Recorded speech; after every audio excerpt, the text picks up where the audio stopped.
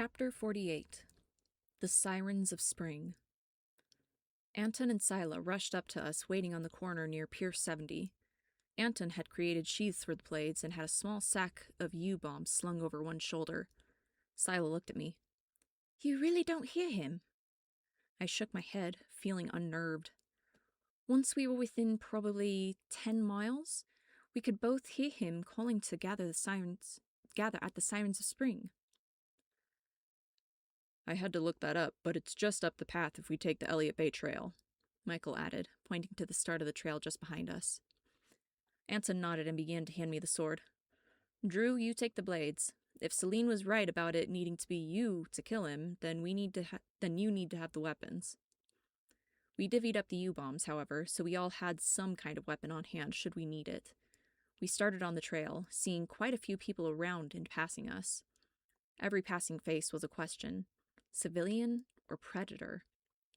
I kept my eyes forward, not wanting to be distracted, and I prayed to the universe that when I saw Nicola again, I would not freeze. We continued on the trail with the growing crowd. We looked at each other, trying to make sure we stayed together. As we passed a small beach, we could see a huge crowd ahead, milling around. Some people looked genuinely confused, as if they had no idea why they were there. Others stared out at the water as if expecting something. There had to be at least a couple hundred people here in total. I looked around for Nicola, wondering where he would be amidst the sea of people. Would he try to blend in, or would he try to stand out? No, he's a peacock. He's going to do something dramatic soon.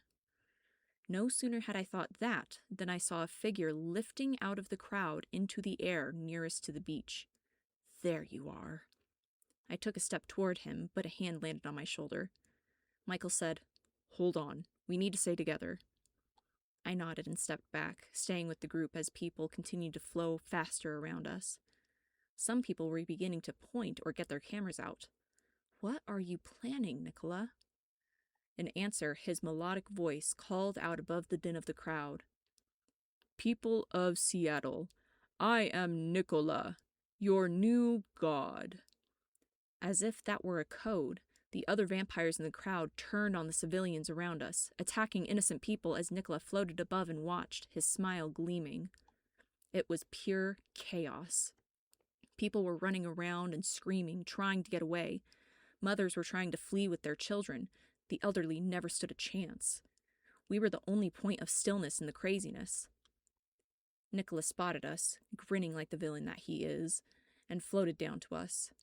The area around us cleared as he landed. "Ms. Nelson," he crooned. "How serendipitous that you are here." Sila pulled me behind her and the men stepped in front of us. "It must be fate, really. In all that research that you did you ever come across the story of Dracula and Celine? Of course you have, but the tales were twisted, her name lost to history. But it didn't used to be. I remember the old stories." He stepped forward. "Allow me to tell you of the true story of Dracula and Celine. Dracula loved Celine, and she him. She was a human that he nearly feasted upon until her beauty struck him dumb. She loved him, thought he was the one meant to be hers, but he never revealed his true nature. He was tired of living a lie, wished to be recognized and revered, and told Celine who he was and what he dreamed. She offered up her neck for him, telling him she loved him, but in his passion, he bit right above her heart. Brilliant light shone, and then Celine lay limp in his arms. He knew he had changed, but he could not celebrate just yet. Desperate, he turned to her, but he didn't stop there. Glory called louder than love." He inspected his nails. "You, Ms. Nelson, are my Celine. You survived my taking your energy, and you've come back stronger. I do wonder, though, what you are all doing here." In answer, Michael and Anton sprung at him, their speed remarkable as they wove around Nicola's arms and tried to land blows while remaining out of reach. "While we could keep doing this, I do want to move on." Nicholas snapped his fingers, and Michael, Anton, and Sila all snapped up to attention like dolls. Their motion made me startle, and I jumped back. Nicola raised a brow. Now that is interesting. He walked toward me as I continued to walk backward, holding the sword out in front of me. It seems I cannot compel you, my Celine. He noticed the blade, his face showing amusement. You would. You did your research. I lunged, slashed, ran through every movement Ravenna drilled into us, but nothing landed. He danced just out of reach, infuriatingly untouched. I was already getting tired. When had I last fed? I looked at my friends, their bodies still as statues, but their faces twisted as they tried to get free. You don't seem to be affected by my influence at all.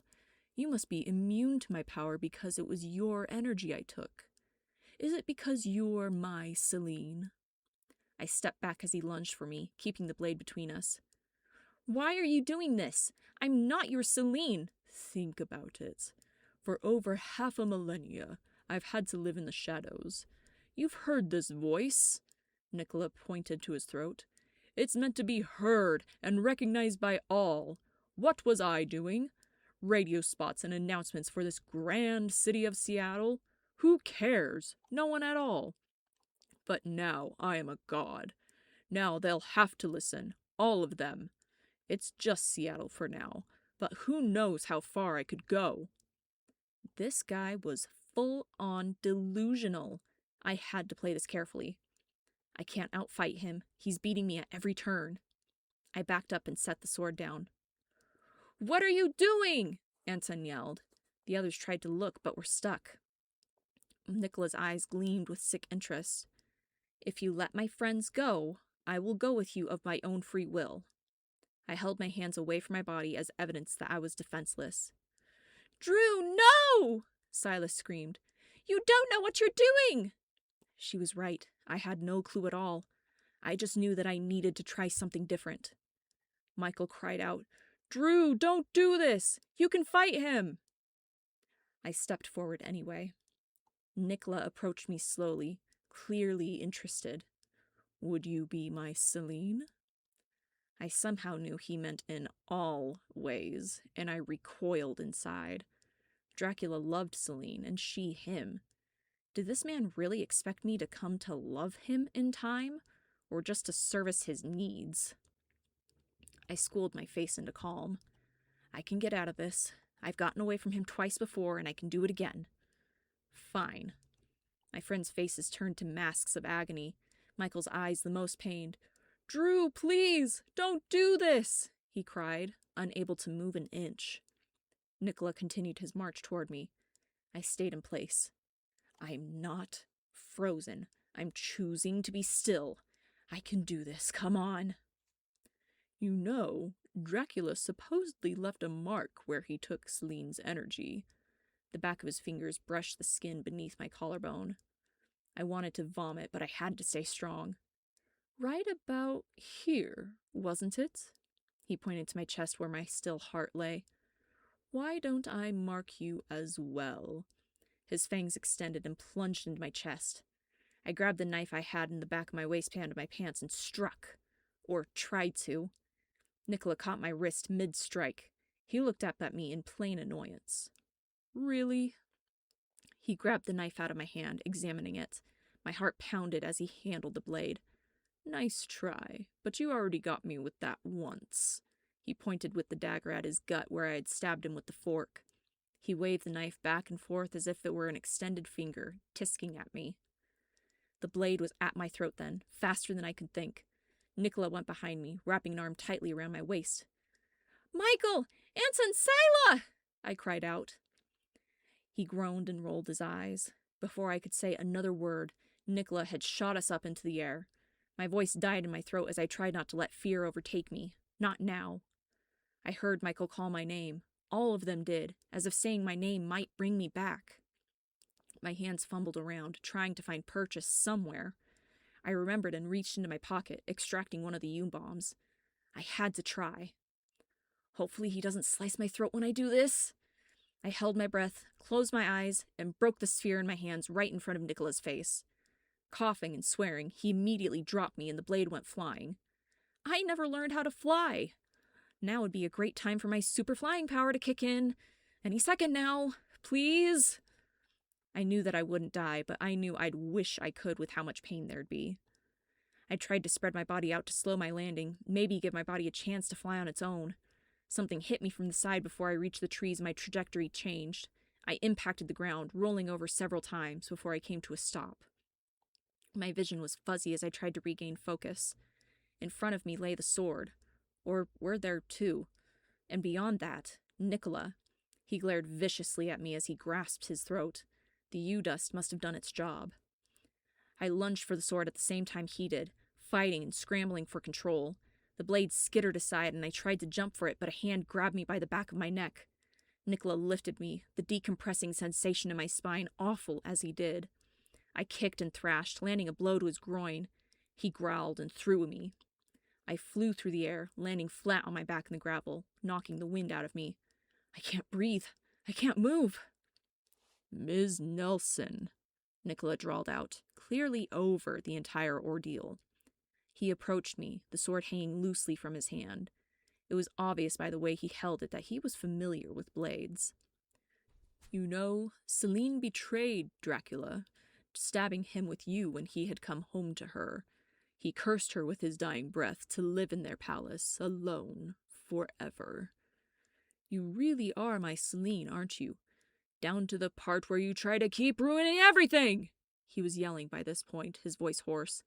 I've given you the opportunity to be by my side as I conquer, but no, you go and bust something in my face. What the hell was that? He coughed again, unable to clear his lungs fully. You have already become a thorn in my side, and I am tired of it. I'll have already avoided Dracula's fate if I kill you first. He swung down, but I rolled out of the way, the blade missing my arm by a hair's width. The dagger! Where's the dagger? All of my friends were urging me to find a weapon to defend with. I had to keep dodging blows from Nicola as I searched. Nicola coughed on his next swing, making it go wide. I ducked and ran, trying to get as far away to catch a breath. There, in the gravel. That was either driftwood or... We lunged at the same time. Him for me for the dagger. Nicola's swing missed, but his random grab nearly caught my ankle, making me twist in the air. I sprawled out on the gravel, my hands clawing at the pebbles to get out of the way so I could reach. Nicola lifted the sword as my hand wrapped around the polished handle.